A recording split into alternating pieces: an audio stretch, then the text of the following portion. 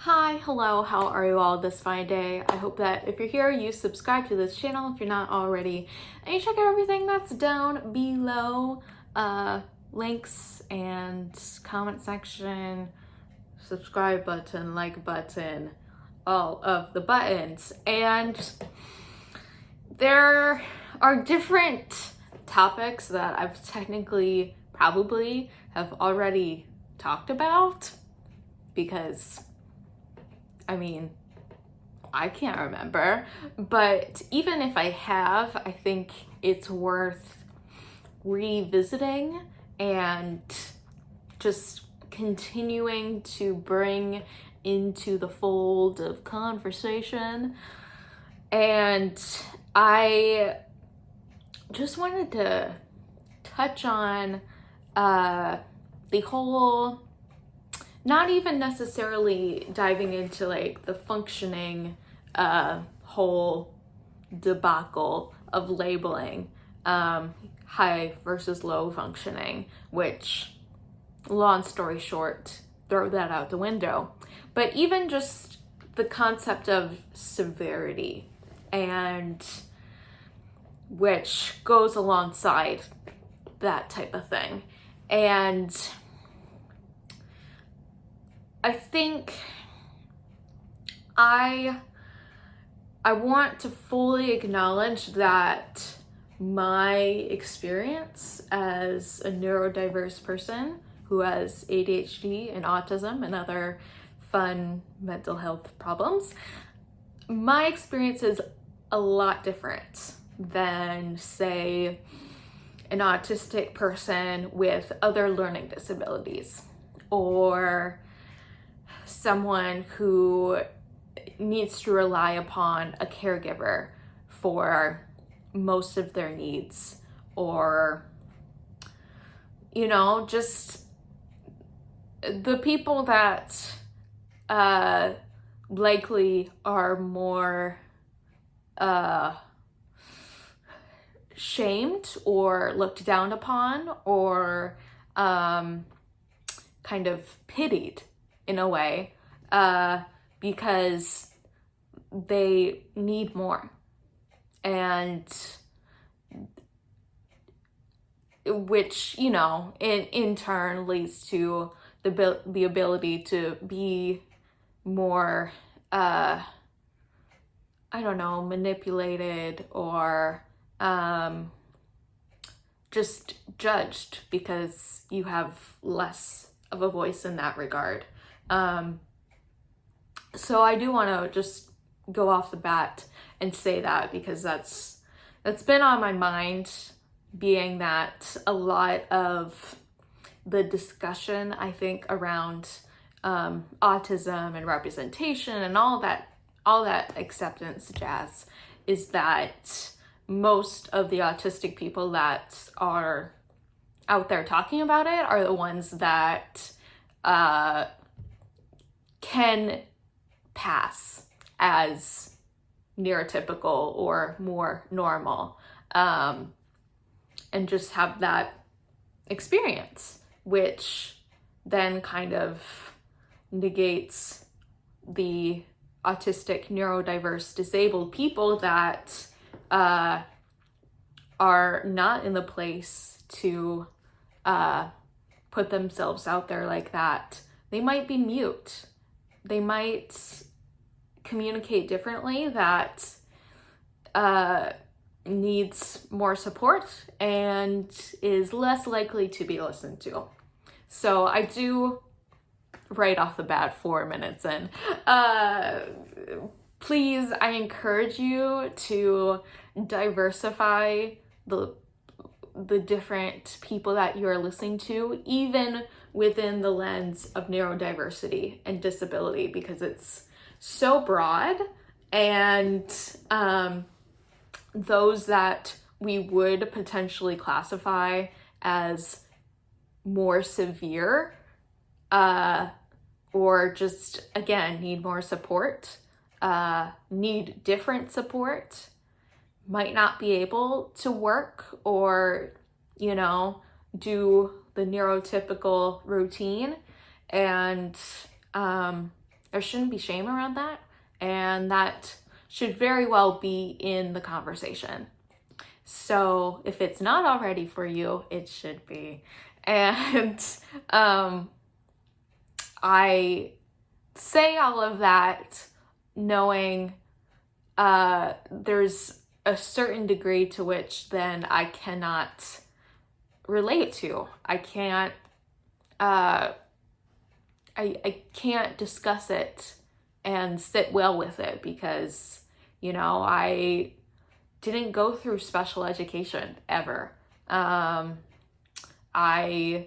with anxiety and all that jazz, I got through school and did somewhat well after having mental breakdowns. And, you know, I've done these different things that might be considered accomplishments or some degree of success or whatever you want to call it. But I don't want that to discount the daily toll it takes, because you don't see it, you don't talk about it in most situations. You might not even want to fully acknowledge it yourself that that in my case of being diagnosed later in life, I am likely in a perpetual state of burnout that I don't know if I'll ever not feel some degree of burnt out. You know, we don't, I don't bring it up in most cases because, again, just being so conditioned and masking so much of the time, it feels like you have that seed of doubt, of questioning, am I even able to speak on this? Do I have that place? Are people going to take me seriously? Probably not. Spoiler alert. And am I able to actually articulate what I'm going through on a daily basis and all of the extra work it takes to be just somewhere else doing something, when that's literally part of my disability is struggling to express myself in a way that makes sense.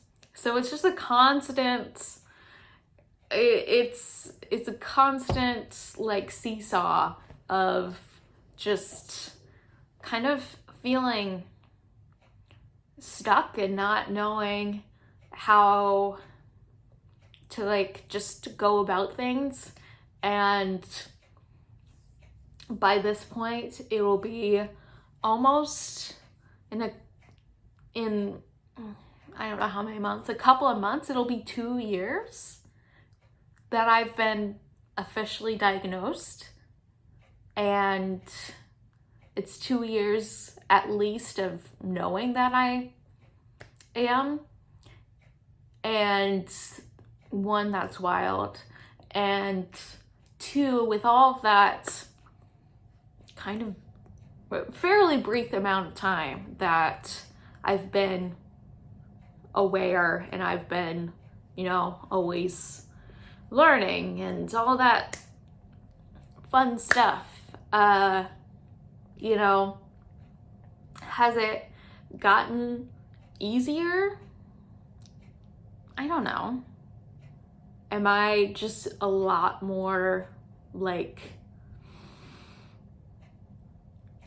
of a better term, just aware of what I'm going through and just noticing the differences, or noticing all this extra energy and time it's taking me to just keep up in the throes of full-time work and school and all that stuff. Yeah, but I don't think I could, I don't know if I could rightfully consider myself having any sort of severity. Because can I take it seriously for myself if like no one else really does? Or very few people know as I speak it out into the wider internet. It's a weird place to be in because they're kind of stuck in the middle, and I think a lot of us are in that place. So that was a thing that we did. So if you have any thoughts on anything that I have touched on, feel free to leave it in the comments below, and like, subscribe if you haven't already. Thanks for being here if you made it this long, and I will see you all next time.